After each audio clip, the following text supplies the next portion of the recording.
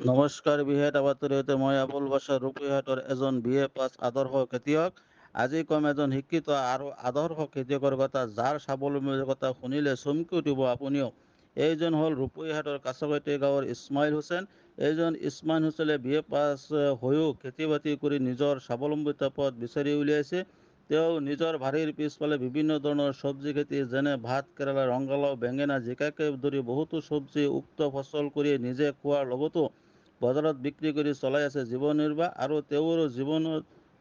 তেওঁ জীৱ-জন্তু পোহা, পুখুৰী মাছ পালন লগতো এইবাৰ মাকৈ খেতি কৰা পৰিলক্ষিত হৈছে। তেওঁ কৰা চব্জি খেতি কোনো ধৰণৰ কোম্পানী সাৰ নিদিয়াকৈ নিজৰ ঘৰত থকা গোবৰ আৰু পচন সাৰ প্ৰয়োগ কৰি, কিয়নো এনে ভেজালমুক্ত ফল-মূল, শাক-পাচলি আমাৰ শৰীৰৰ বাবে অতি উপকাৰী।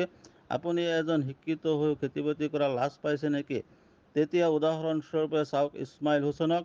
আমাৰ এই প্ৰতিবেদনটো ভাল লাগিলে শ্বেয়াৰ কৰি দিব, আনৰো দেখাৰ সুযোগ কৰি দিব। শিঙিমাৰীৰ পৰা আবুল বাছাৰৰ প্ৰতিবেদন। ছাৰ, আপোনাৰ বাৰীৰ পিছফালে দেখা গৈছে বিভিন্ন ধৰণৰ আপোনাৰ শাক-পাচলি খেতি-বাতি কৰিছে। এইটো সন্দৰ্ভত আপুনি কি ক'ব? শাক-পাচলি মই নিজৰ পৰিয়ালৰ যিখিনি লাগে আমি নিজে কৰি খাওঁ, কাৰণ বজাৰৰ পৰা আমি কিনি আনিম। আজি ধৰি লওক কীটনাশক যিবিলাক দৰৱ আছে, খেতিয়ক সচৰাচৰ বেছিভাগ খেতিয়কসকলে ৰাসায়নিক সাৰ আৰু কীটনাশক দৰৱবিলাক দি পেলাই বিক্ৰী কৰে। মই এইবিলাক ব্যৱহাৰ নকৰোঁ, কাৰণ নিজে খাবলৈ সাৰটো অলপ মাজে মাজে বেছিকৈ নহয়, যিখিনি প্ৰয়োজন হয় সিমানখিনি দিওঁ।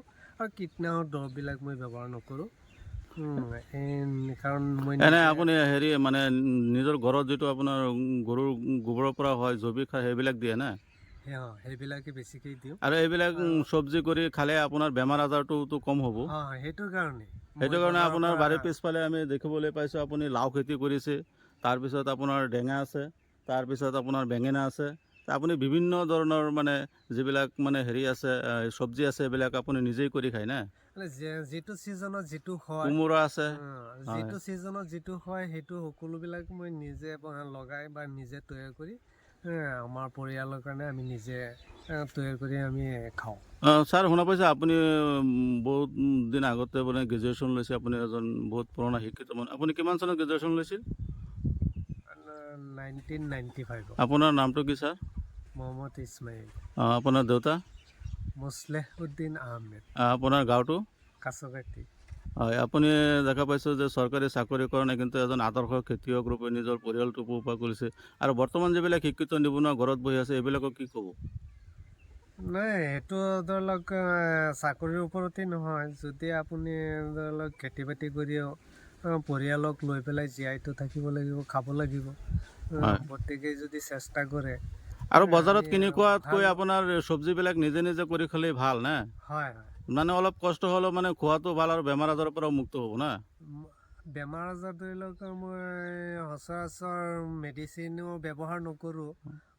মানুহৰ যিবিলাক ধৰি লওক হঠাৎকৈ জ্বৰ আহে বা কাহ হয় বা ডায়েৰিয়া হৈ যায়, এইবিলাক মেডিচিনো পটককৈ মোৰ প্ৰয়োজন নহয়, কাৰণ সৃষ্টিকৰ্তা আল্লাই মানে এইবিলাকৰ পৰা মোক ৰেহাই কৰি আছে। কাৰণ মোৰ যিখিনি খাদ্যৰ প্ৰয়োজন, সেইবিলাক মই নিজে মাটিৰ পৰা বৰ্তমান আপোনাৰ উৎপাদন বয়সটো কৰি কিমান? আমি ব্যৱহাৰ কৰোঁ। ছাৰ, আপোনাৰ বয়সটো কিমান বৰ্তমান? 52। হয়, ঠিক আছে। 52 বহুত বছৰ হ'ল, আপুনি মানে ভালেই আছে আৰু আগন্তুক দিনলৈকে ভালে থাকক, তাৰে কামনা কৰি। Thank U.